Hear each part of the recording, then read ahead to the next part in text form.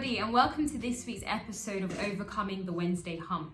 For those of you who are new to these videos, they are designed to do just that, to help you to overcome that midweek Wednesday feeling when you're halfway through the week, your motivation levels are starting to dip and you're asking yourself, how am I going to get through this week?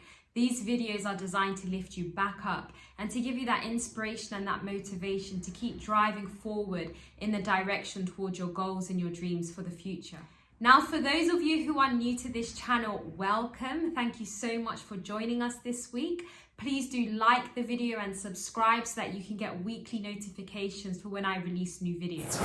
Now, in this week's video, I want to share with you 5 things that can help you to become more organized.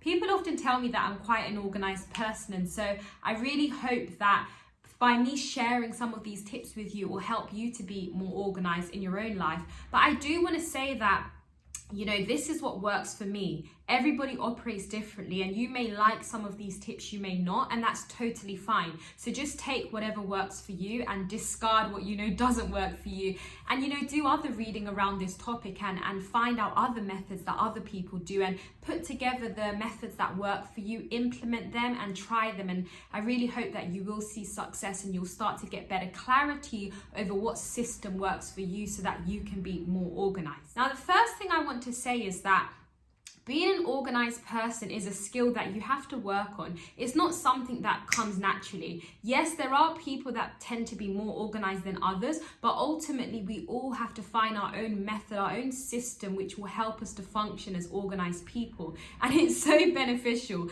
because by being organized, it helps you to meet deadlines, it helps you to stay on top of your life, it helps you to keep progressing forward, because no matter what sector of work you're in, organization is a part of it. You need to make sure that you're getting the job done. You need to be able to show up on time. You need to be able to organize your life and organize your schedule so that you're able to factor in your work life, your home life, your social life, etc. Organization is something that we all need to work on. Now, I'm not going to give you my tips in any particular order. I'm just going to share 5 things that work for me. And as I said, I really hope that you gain some value from them. Now, the first thing I'll say is have a to-do list. Have some kind of list written down or some kind of document where you outline the tasks that you need to carry out. I like to have a daily to-do list. They just help me massively, and I get a lot of satisfaction from being able to tick things off. But by having a to-do list, it basically gives you a list of priorities for what you're going to work on that day. And I love the principle of starting with the thing that you find the most irritating or the thing that you procrastinate the most. Do that first. That is a really important principle. Get the thing that you really despise, the thing that you look at your to-do list and you're like, oh my God, I don't want to do this. Do that thing first. Because once you get that out the way, it becomes so much more easier to do the other things, and you feel a great sense of satisfaction because you've done it. And the other thing is that oftentimes, because that's the task we least want to do, we'll often do that last. But by the time you get to the end of your to-do list, if you're trying to do the thing that you don't want to do, you don't have as much energy, you're much more likely to just put it off again. Whereas if you can just get it done first thing, you're energized, you're ready to start the day. And even though you don't want to do this, just do it when you're in that state of being your most focused and being your most energized. And you'll often find that once you just get started on that task, it's a lot more easier than you thought it would have been. I think the feeling that we get with procrastination is actually a lot worse than the feeling we get when we just start the task, even though initially it may be a little bit frustrating or uncomfortable for us. So as I said, my first tip is write a to-do list, organize your list of activities, start with the thing that you would really rather not do, and then do the other things in order of priority. The second tip I would encourage you to do is start to practice differentiating what is urgent from what is important. Some people use a grid where they'll write what is urgent, what is important, what is not important, and what is not urgent. But if you just want to keep it simple, you can just write a list of your important activities versus your urgent activities. Those are the 2 things you want to focus on, because usually something that's urgent will have a time limit attached to it, and so you may need to give that more attention. And then your priorities are the things that are really important, the things that you need to focus on, the things that are helping you to keep progressing forward. So once you've got your list of what is urgent and what are your priorities, make sure that in your to-do list or whatever system you use to organize the structure of your day or organize the structure of your week, make sure that you are prioritizing those urgent and those important things so that you can get them done. The third tip I would give is to actually plan your week.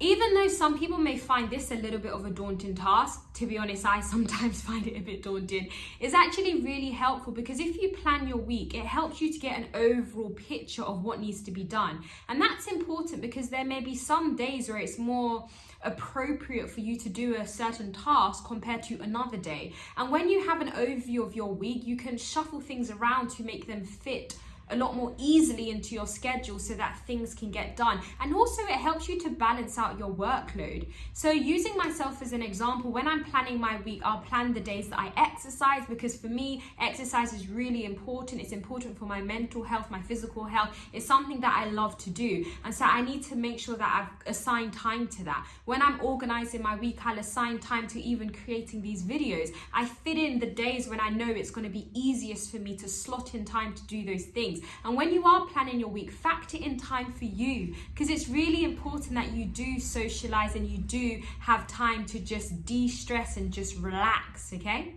The fourth tip I want to give you is I want to encourage you to think about the worst possible outcomes. Sorry, that sounded a bit gloomy. What I mean by this is if you've got a plan, say, so for example, if I use a really simple example such as work, when I'm planning my day, I factor in how long it's going to take me to get to work, and I consider the possibility of the bus running late. And so I will factor in time to make sure that in the event of the bus running late, I've still got time enough to get to work on time, okay?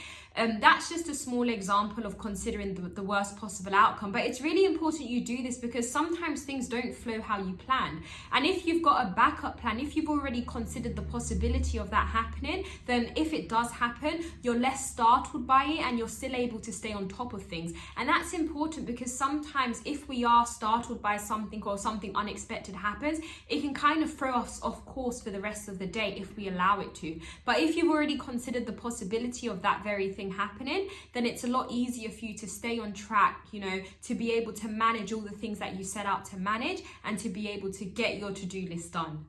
The final tip I want to give you on this topic is I want to encourage you to set milestones or to have some kind of system of tracking your progress. This is particularly important for the more long-term goals. So to give you an example, I feel a bit embarrassed to give this example now because it's taken me so long, but I'm in the process of writing a book. I started this book probably at least about a year and a half ago, and I didn't have an initial deadline for when I wanted the book to be complete, but more recently I have created a deadline.